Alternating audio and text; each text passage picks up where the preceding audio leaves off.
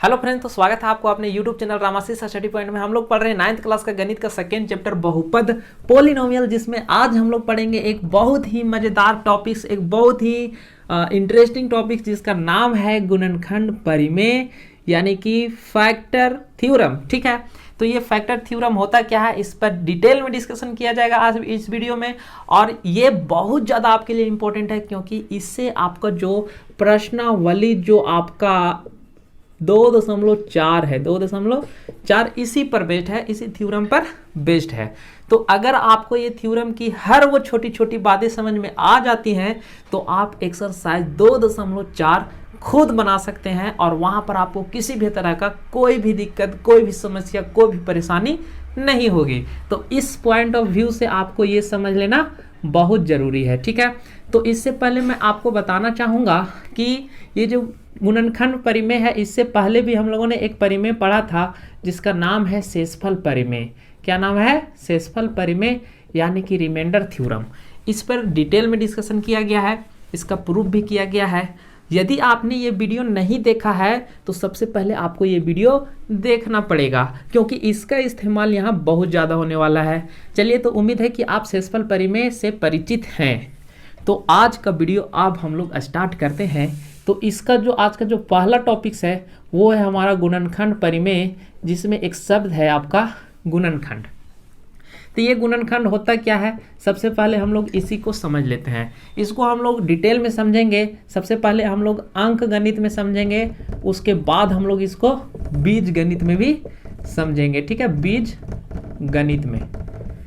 तो किसी भी संख्या का गुणनखंड, जैसे आपको पूछा जाए कि 6 का गुणनखंड, ठीक है, 6 का गुणनखंड, 6 का गुणनखंड कौन कौन है, तो 6 का गुणनखंड जो है वो आपका 1 हो जाएगा, 2 हो जाएगा, 3 हो जाएगा, और कौन हो जाएगा, और एक 6 हो जाएगा। कौन हो जाएगा? 6। तो ये 1 है, सो 6 का गुणनखंड है, 2 भी 6 का गुणनखंड है, 3 भी 6 का गुणनखंड है, और 6 भी 6 का गुणनखंड है। ऐसा क्यों? तो ऐसा इसलिए है, वे सभी संख्याएं जो दिए गए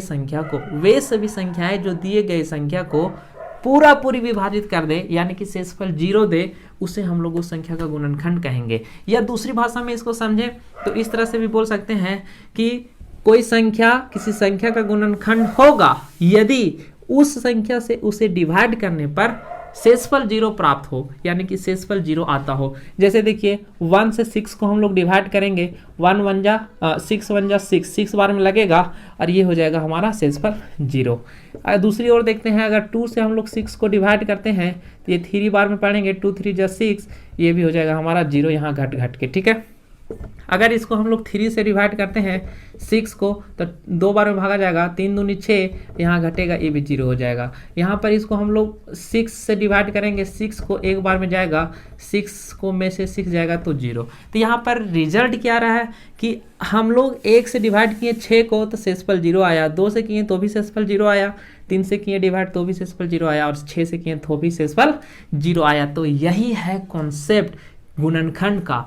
कोई संख्या किसी संख्या का गुणनखंड होगा यदि उस संख्या से दिए गए संख्या को विभाजित किया जाए, भाग दिया जाए, तो शेषफल 0 प्राप्त हो या पूरा पूरी भाग लग जाए, तो उसे हम लोग गुणनखंड कहते हैं। तो गुणनखंड का परिभाषा यहाँ लिखने की जरूरत नहीं है, सिर्फ आपको समझ लेना है, आपको ये सब बातें जानकारी रहनी चाहिए। तो अब हम लोग आते हैं बीज गणित में। बीज गणित का कॉन्सेप्ट क्या है, इसी पर बेस्ड है, इसी तरीके से हम लोग इसको भी सोचेंगे। सबसे पहले हम लोग मान लेते हैं एक बहुपद px x² plus x minus 2, ठीक है, और एक बहुपद हम लोग मान लेते हैं gx, जिससे इसको हम लोग डिवाइड करेंगे x माइनस 1। अब क्या है, अब यहाँ पूछेगा क्या gx px का गुणनखंड है, तो भागा देके चेक करेंगे। अगर इससे भागा दें और ये पूरा पूरी कट जाए, रिमाइंडर आपका जो शेषफल है वो 0 आ जाए, तो कहेंगे कि gx px का गुणनखंड है, अदरवाइज गुणनखंड नहीं है। तो इसका कॉन्सेप्ट दो है, दो तरीका से निकाल सकते हैं। पहला शेषफल परिमेय से, शेषफल परिमेय से, और दूसरा लंबी भाग विधि से, लंबी भाग विधि से शेषफल निकाल सकते हैं हम लोग। अगर शेषफल इसका 0 आ जाए, शेषफल rx अगर 0 आ जाए तो गुणनखंड होगा, अदरवाइज गुणनखंड नहीं होगा। तो चलिए सबसे पहले इसको हम लोग शेषफल परिमेय से चेक करते हैं कि इसका शेषफल है या नहीं है। तो शेषफल परिमेय से हम लोग इसको चेक करेंगे, ठीक है। तो यहाँ पर मान लिए हैं, अब यूज करेंगे यहाँ हम लोग शेषफल परिमेय। क्या यूज करेंगे? शेषफल परिमेय से। अभी हमको नहीं पता है कि शेषफल इसका कितना आएगा, तो यहाँ पर हम लोग मान लेंगे gx को कितना, शेषफल परिमेय 0 मान लिया करते हैं, x - 1 = 0, x = 1, x = 1। अब इस पर p1 निकाल के देखते हैं कि शेषफल कितना आता है। तो यहाँ 1 का स्क्वायर हो जाएगा, उसके बाद प्लस x है तो 1 हो जाएगा, उसके बाद माइनस है, उसके बाद -2 हो जाएगा। अब इसको जोड़ेंगे तो 1 + 1 -2, ये 2 में से 2 जाएगा, हो जाएगा 0। तो P1 जो आया हमारा वो आया 0, यानी कि अगर gx से px को भागा दें तो शेषफल हमारा 0 आएगा, और अगर शेषफल 0 आएगा तो ये इसका गुणनखंड है। तो ये थी गुणनखंड की कहानी। और अब हम लोग चलिए सबसे पहले हम लोग लिखते हैं थ्योरम का स्टेटमेंट कि देखते हैं वो है क्या, उसके बाद उसका प्रूफ करेंगे। तो चलिए स्टेटमेंट है तैयार। स्टेटमेंट क्या है? यदि px घात n ग्रेटर देन और इक्वल टू 1 वाला एक बहुपद हो, तो इसको समझने के लिए एक उदाहरण हम लोग ले लेते हैं। क्या ले लेते हैं? उदाहरण में हम लोग मान लेंगे, माना कि px जो हमारा है वो है x² + x - 2, ठीक है। ये हम लोगों ने मान लिया, जहाँ पर n का अधिकतम पावर कितना है? 2 है, तो n ग्रेटर देन हमारा 1 हो गया, 1 2 है तो 1 से बड़ा हो गया। ये वाला हम लोग कॉन्सेप्ट लगाएं, एक वाला एक बहुपद हो px और एक कोई एक नंबर हो, एक क्या है? वास्तविक संख्या रियल नंबर होना चाहिए, ठीक है। रियल नंबर का कॉन्सेप्ट आपको पता है, रियल नंबर किसे कहते हैं, ठीक है। तो क्या बोलता है पहला स्टेटमेंट कि x - a एक आपको gx मान लीजिए, दूसरा बहुपद x - a px का गुणनखंड होता है यदि pa = 0 हो। तो यही चीज हम लोग शेषफल परिमेय भी हम लोगों ने क्या पढ़ा था? शेषफल परिमेय हम लोगों में क्या पढ़ा था कि यदि gx = 1 0 ले लेते हैं, gx = 0 ले लेते हैं, और यहाँ से हम लोग इसको हम लोग यहाँ पर निकालते हैं, x = ये a हो जाएगा, इधर माइनस उधर जाएगा तो प्लस में। अब हम लोग क्या करते हैं कि x का मान px में x के स्थान पर बैठाएंगे। अगर इसका मान 0 के बराबर आ जाए तो गुणनखंड होगा, ऐसा गुणनखंड परिमेय कह रहा है, ठीक है। और अगर pa = नॉट 0 हो जाए तो गुणनखंड नहीं होगा, ठीक है, गुणनखंड नहीं होगा। तो ये आपको याद रखना है, पहला स्टेटमेंट यही है कि px 1 से अधिक या 1 के बराबर घात वाला कोई बहुपद हो और उसे हम लोग x - a से डिवाइड करें और शेषफल अगर 0 आ जाए तो गुणनखंड होगा, और शेषफल 0 नहीं आएगा तो गुणनखंड नहीं होगा। पहला स्टेटमेंट ये था, पहला स्टेटमेंट।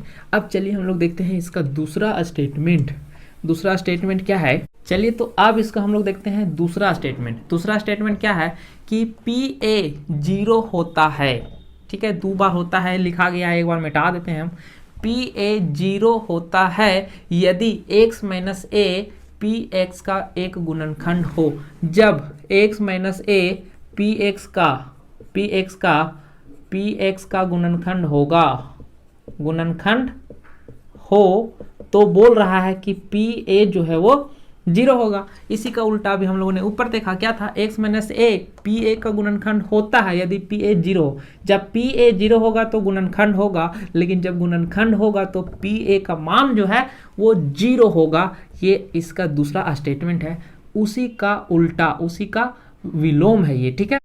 चलिए तो अब बारी आता है इसका प्रूफ का। इसका प्रूफ अब हम लोग करने वाले हैं। हमारे चैनल पर हर वो कॉन्सेप्ट, हर वो लॉजिक विथ प्रूफ समझाया जाता है, आप लोग देखें, बहुत मजा आएगा। चलिए इसका प्रूफ हम लोग देखते हैं। सबसे पहले प्रूफ में हम लोग लिखते हैं उत्पत्ति। क्या लिखते हैं? उत्पत्ति में हम लोग क्या करेंगे? सबसे पहले हम लोग जानते हैं शेषफल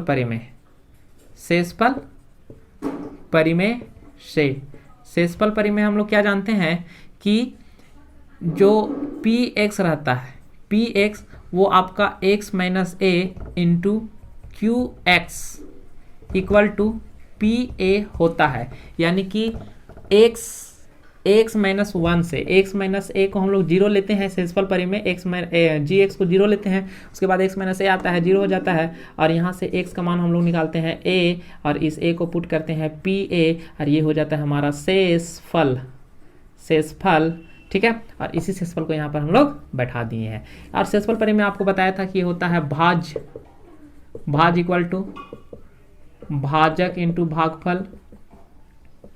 भागफल प्लस शेषफल, ठीक है। तो यहाँ से लिखा भाज्य px, इसको भाजक हम लोग इससे भागा कर रहे हैं, भागफल इतना आता है, और ये हमारा pa है। इस सब का इंट्रोडक्शन हम लोग लिख चुके। अब हम लोग प्रूव करेंगे पहला को। पहला में क्या दिया हुआ है, यदि pa इक्वल टू 0 हो तो ये इसका गुणनखंड होगा। तो यहाँ पर दिया है पहला सवाल, पहला जो इसका स्टेटमेंट है उसका पहले हम लोग सिद्ध करते हैं।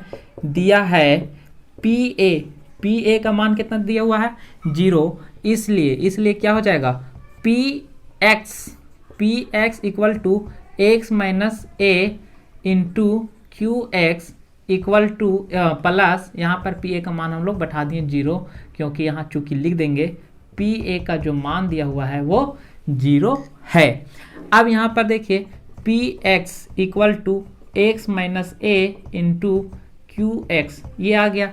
अगर ऐसा आ गया इसका मतलब कि ये इसका गुणनखंड है, जो दर्शाता है, यहाँ लिख सकते हैं, जो दर्शाता है कि x माइनस ए px का गुणनखंड है, ठीक है। क्यों है, अब यहाँ पर हम इसको लॉजिक समझते हैं। जैसे कि 6 को अगर हम लोग लिख सकते हैं 1 इंटू 6, तो ये दोनों गुणनखंड ही है इसका। 6 भी इसका गुणनखंड होगा, और 1 इसका 1 भी गुणनखंड होगा, और 6 भी गुणनखंड होगा। क्यों, क्योंकि इसको जब हम लोग नीचे लाएंगे 6/6 तो यहाँ 1 हो जाएगा, या आप यहाँ 1 लाइए तो ये हो जाएगा 6। तो वही चीज़ यहाँ पर भी है। इसके अकॉर्डिंग अगर हम लोग इसको समझें तो क्या हम लोग समझ रहे हैं कि अगर px को भागा दें x माइनस ए से, तो भागफल जो आएगा वो हमारा qx आएगा, या इसको हम लोग समझ लें px को जब हम qx से भागा दें तो हमारा जो भागफल आएगा वो ax आएगा। इतना से अगर इससे भागा इसको देंगे तो ये वाला आएगा, और अगर इससे भागा देंगे तो ये वाला आएगा। तो ये गुणनखंड ही होता है, इसीलिए लिखे हम लोग यहाँ कि जो दर्शाता है कि x माइनस ए pa का गुणनखंड है। तो पहला का प्रूफ यहीं पर इतने ही हो जाएगा प्रूफ, ठीक है। चलिए अब हम लोग इसका दूसरा देखते हैं। तो अब हम लोग दूसरा देखते हैं। दूसरा इसका क्या है कि दिया है, क्या दिया है दूसरा में, दिया है x माइनस ए बहुपद px का गुणनखंड है। क्या है, गुणनखंड है, यानी कि गुणनखंड है तो इसका शेषफल 0 आएगा। तो हम लोग यहाँ लिख सकते हैं, क्या लिख सकते हैं, गुणनखंड है तो बहुपद gx के लिए क्या हो जाएगा, px जो है वो px हमारा ये 0 हो जाएगा, ठीक है। x minus a into q x हो जाएगा, ठीक है। अब हम लोग यूज करेंगे यहाँ शेषफल परिमेय। क्या यूज करेंगे, शेषफल परिमेय क्या कहता है कि gx इक्वल टू आप ले लीजिए 0, यहाँ पर x माइनस ए है तो ये हो जाएगा 0, यहाँ से मान निकालिए, x का मान हो जाएगा a। अब आगे हम लोग क्या करेंगे, x इक्वल टू a मान px में रखने पर, ये न है px में रखने पर, तो मान रख देते हैं pa इक्वल टू क्या हो जाएगा, यहाँ पर रखिए x का मान a रख देते हैं, इंटू यहाँ पर q है, यहाँ पर क्या है q, यहाँ पर भी a रख देंगे, कोई दिक्कत नहीं, काहे कि होने वाला है 0, यहाँ पर a में से a जाएगा तो होगा 0, यहाँ पर qa हो जाएगा pa इक्वल टू 0। तो यही हमको करना था प्रूफ। क्या करना था, प्रूफ कि pa इक्वल टू 0 होता है, प्रूफ कर दिए यदि x माइनस ए px का एक गुणनखंड हो।